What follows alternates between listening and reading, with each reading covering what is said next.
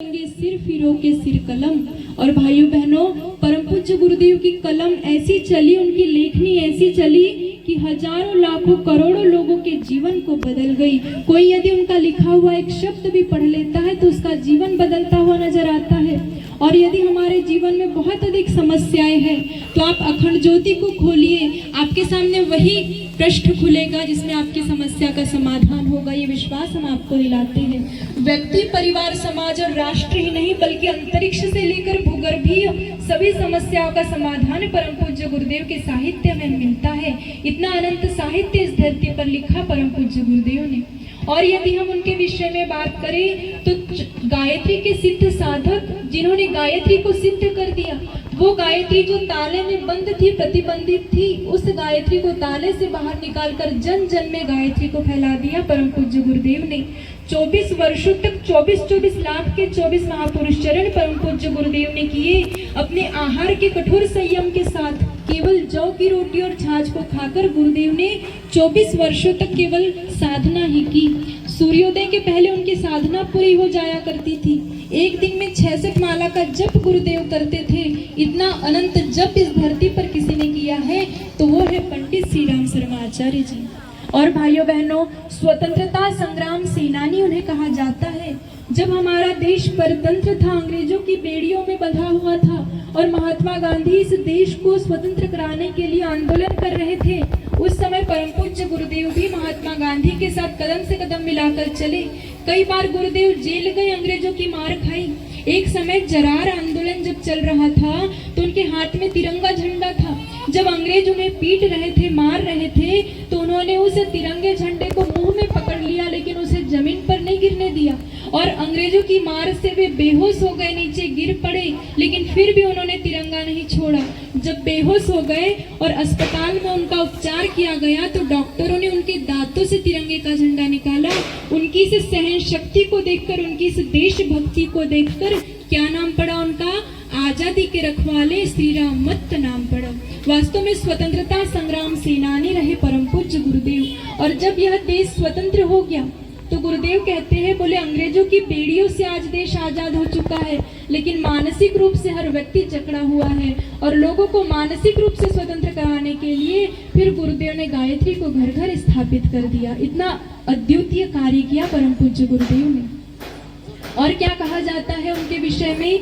ऋषि परंपरा के उद्धारक, ऋषि परंपरा का उद्धार कर दिया परम पूज्य गुरुदेव ने। ये जो हम यज्ञ यहाँ पर कर रहे हैं, करवा रहे हैं, तो यज्ञ करने की हमारी सामर्थ्य नहीं थी। पहले के समय में यज्ञ हम सभी के लिए प्रतिबंधित थे, केवल ब्राह्मण यज्ञ कर सकते थे।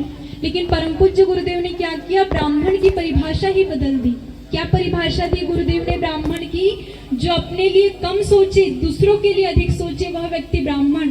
जो स्वार्थ के लिए नहीं बल्कि परमार्थ के लिए जीवन जिए, वह व्यक्ति ब्राह्मण। क्या कहा गुरुदेव ने ब्राह्मण के विषय में? कि ब्राह्मण का धन सोना चांदी रुपया पैसा नहीं होता, ब्राह्मण का धन होता है ज्ञान। ब्राह्मण का कर्म है गायत्री, ब्राह्मण का धर्म है वेद, ब्राह्मण का अस्त्र शस्त्र है श्राप, और ब्राह्मण की औषधि है वरदान। जिनके पास ये सभी गुण होते हैं, वास्तव में वह व्यक्ति ब्राह्मण कहलाता है। फिर जाति चाहे कोई भी हो, जाति से व्यक्ति महान नहीं बनता। क्या परिभाषा दी गुरुदेव ने ब्राह्मण की? जाति वंश कोई भी हो, हम ब्राह्मणत्व अपनाएंगे। ऊंच नीच और जाति पाति का हम मतभेद मिटाएंगे, और नहीं जन्म से पर कर्मों से हम ब्राह्मण बन जाएंगे।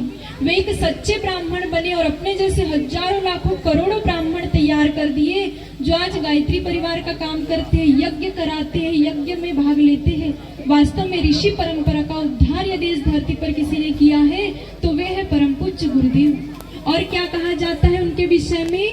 विज्ञान और अध्यात्मवाद के जनक कहे जाते हैं परम पूज्य गुरुदेव। विज्ञान क्या करता है? हमें संसार की ओर लेकर जाता है, और अध्यात्म हमें भगवान की ओर लेकर जाता है। दोनों अलग अलग रास्ते थे, लेकिन परम पूज्य गुरुदेव ने दोनों को एक कर दिया। आज विज्ञान भी मानने लगा है कि गायत्री मंत्र के कितने लाभ होते हैं। आज विज्ञान भी मानने लगा है कि यज्ञ के कितने अधिक लाभ होते हैं।